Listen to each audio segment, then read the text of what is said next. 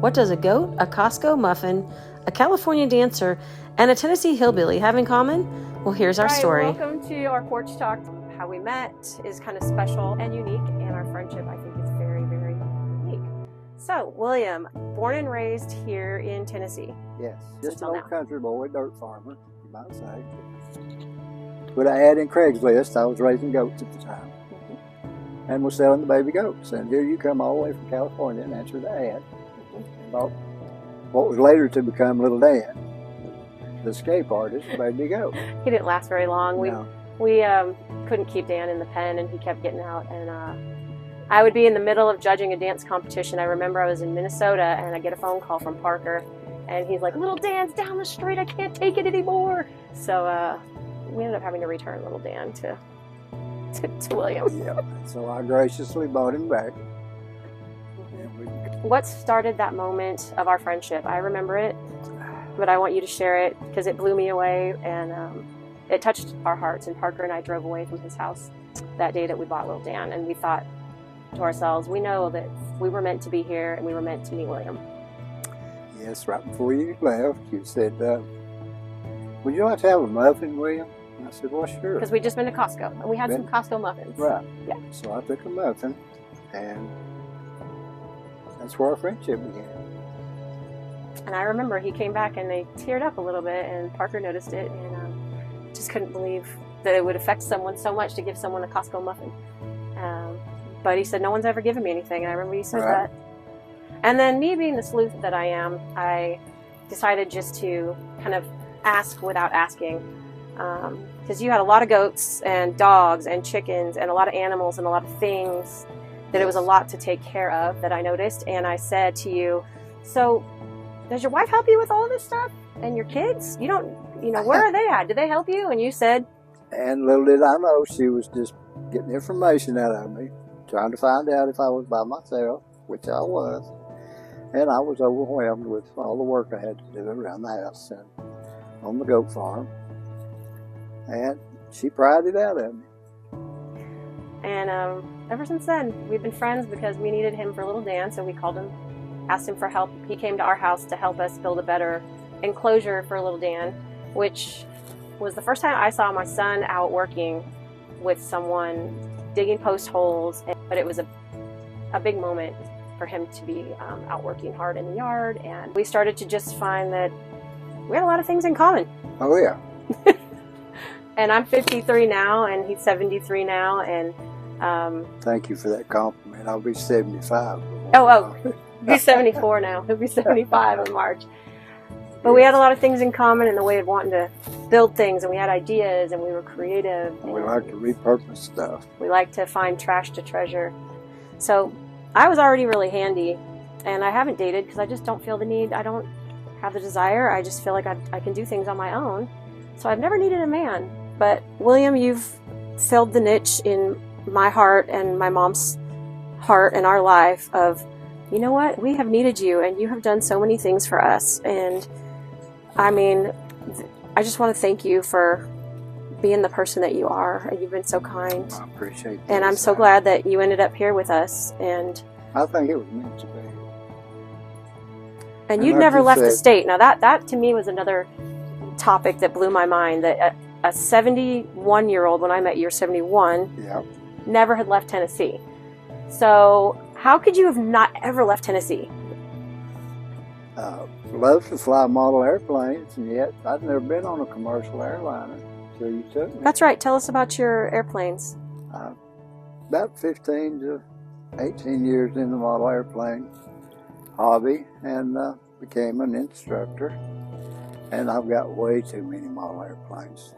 He does have a lot. That's true. And you sold how many when you moved here? I probably sold 25 or 30 when we moved up here. Just didn't have room for them. They're anywhere from yay big to 7-8 foot wingspan, and all different varieties. And but you had never been on a real plane. Never been on a big airplane until you took me to California. So once we became good friends and I found that fact out, I said, "Oh my gosh, you got to go back when I go visit my daughter." So my daughter lives in Orange County, California, in the part of Orange County. And that's where I left when I moved here, when we drove here. And I was born and raised in California. So, but the last place that I was Laguna Beach, California, which I loved, and I do miss it for the things to do and the food and the beauty of Laguna Beach. It's the most beautiful place in California if you go to California. I said, I got to go visit my daughter. How about you come with me? And he was like, what? So we booked a couple plane tickets, and my mom went on that trip. No, your mom still lived in California. Mom was still living in California at that time. Yeah. She hadn't moved in with me Matter yet. of fact, Macy was living with your mom. That's right. Yeah. That's right. So only me and my son had moved from California, and we just drove with what we fit in our pickup truck. We sold everything. We covered it with a blue tarp, and we looked like the Beverly Hillbillies. Anyways, took him back to California, but I remember you on the airplane just watching the wings and the rudders, or what are they called? Go, is that right? Rudders? Yeah, no. Ailerons are on the wings, and also they have the flaps right before they start to land. And I was just fascinated Yeah, see, by the way it worked. he might have that accent. Some people like Judge think that Southerners aren't smart. Let me tell you, you're a very smart man. And took off though, the first time seeing the ground from the air. How was that? Oh, it's beautiful. Absolutely. I loved it. I want to go back. We went to your old stomping ground, so to speak. We went to Laguna Beach. We went to see your mom and your daughter. And it's Highway 1 is just so beautiful. It's right next to the ocean. And was it Catalina Island? Mm-hmm. Could see it. You could see it from top of the $1 Million Hill. Top of the world. Yep. Top of the world, Mm-hmm. yes. And we took a trip to Disneyland, which wasn't too far away, and that was fascinating. I loved it. You had your hands up on every ride. I've got all those photos. Let me tell you, he was, woo! I didn't expect that. Yeah. Like a big kid. And then what'd you think of Hollywood? So he wanted to go see Hollywood, and Nah, Hollywood is nasty. not what you thought, was it? Not what you see on TV, no. Yeah, you made some friends on the corner. Yeah, we stopped in traffic, and this homeless guy, there's homeless people everywhere. He just come up to the car window and just stuck his nose right up to the window like, hey, you know, and I was glad we started moving again. It kind of scared me. I remember that. We were getting off the freeway at Hollywood Boulevard, and William was on the driver's backseat side, and he just came right up to William's window and just like, yeah, we do, man. and I leaned over and kind of waved like, yeah, bye.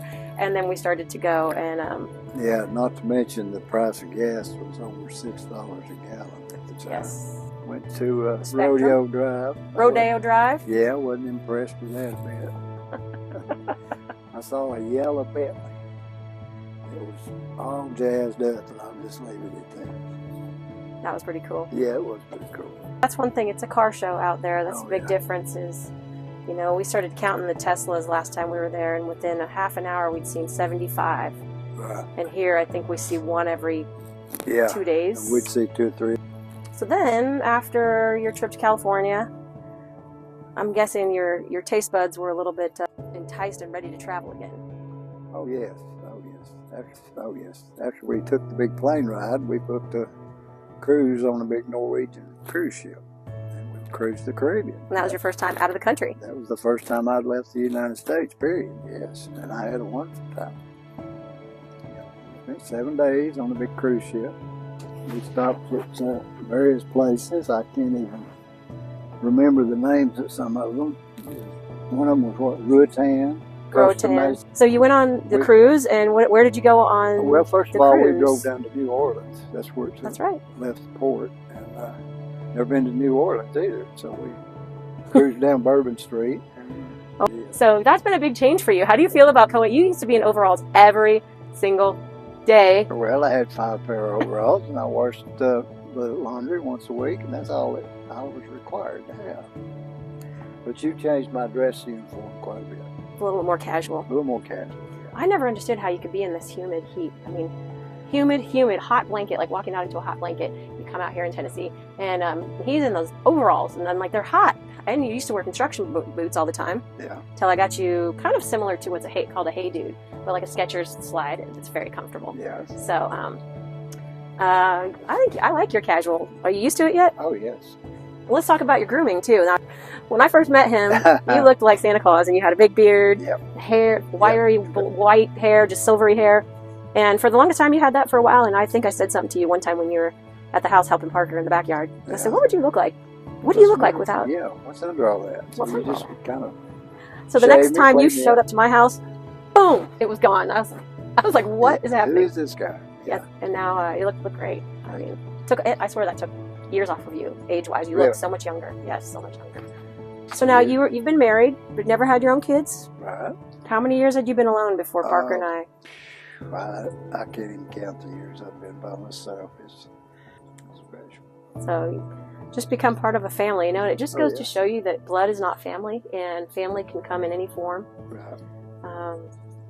Just like our exchange student Laura, I like to mention her. We met her. She was a student of mine when I taught high school, and she was from Albania, and she became like family to us. And 12 years later, she still calls me mom, and now I'm a grandma. Luna, what are you doing, Luna? You see Luna? She's back here. She's thank you for all you do for us around here. I mean, now he mows the lawns and he fixes the electrical things and helps us any little plumbing thing that comes up. And I'm glad to do it. And him and I will find broken stuff and fix an armoire. We just refinished an armoire, and he's helping me with the hardware, and I'm doing the painting. And so we just kind of work really well together. And we love you, and we're just so glad that we could be in your life and you could be in ours. And I remember you said something to me, and I don't know if you remember this, but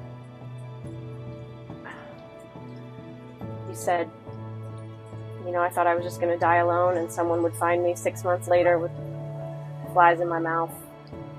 And that made me so sad, and I'm so glad that will not happen to you.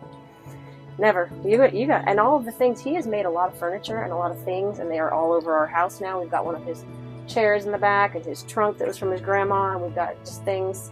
And you're going to be immortalized here on Silver Linings, because you found some silver linings, and so did we. So, love you. I'm speechless. Love you, William. Love you. So this is Big William, and you met Little Will today, the little kitty we named after Big Will. Thank you for joining us. Yes. And if you ever feel like you're at the end of your motivational rope, you know what? Something will happen. There'll be a silver lining. So thank you for joining us. See you next time. Bye. I love you so much. No, I love you too. Hey, what do you do with those? What do you mean they're trash? No. Why are they trash? Holes are cool. No, holes are wore out. No, holes, those have tiny holes. That is not holes. Look at that. No. Holes are cool. I'll wear these with some Doc Mar. No. You can't throw them away. No. Y'all wear that stuff out in California, really? Yes. No kidding. People pay for that. You are kidding me. That.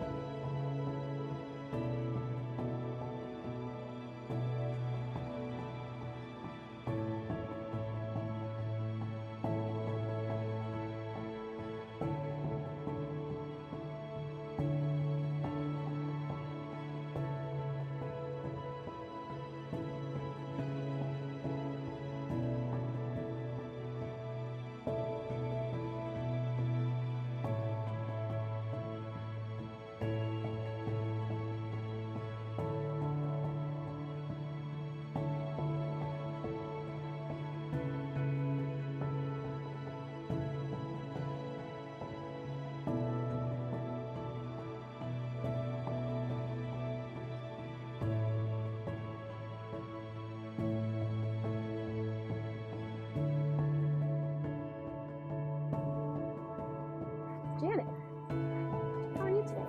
Janet has her own, she has her own Instagram. Yeah. Yes, so this is Janet, and at one time the rooster had pecked the top of her head. Here you can see it's kind of almost killed red. It's got a little red spot. It's getting almost grown back. All bloody. It was almost killed her. Almost killed her. If we hadn't found her when we did, she would have been dead. She'd been dead. Mm-hmm. So we brought her in the house in a little cage, and we kind of nursed her back to health. And ever since then, she's just gotten very tame. She thinks she's one of the dogs. We love her. Yeah. She's so sweet.